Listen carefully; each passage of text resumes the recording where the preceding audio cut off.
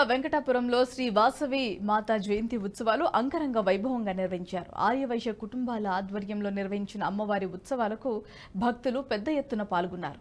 అమ్మవారికి పుష్పాభిషేకంతో పాటు ప్రత్యేక పూజలు నిర్వహించారు. అనంతరం సాయంత్రం అమ్మవారి ఊరేగింపులో కార్యక్రమం ముగించారు. ఈ ఉత్సవాలకు మండలంలోని ప్రజలు పాల్గొని మొక్కులు చెల్లించుకున్నారు.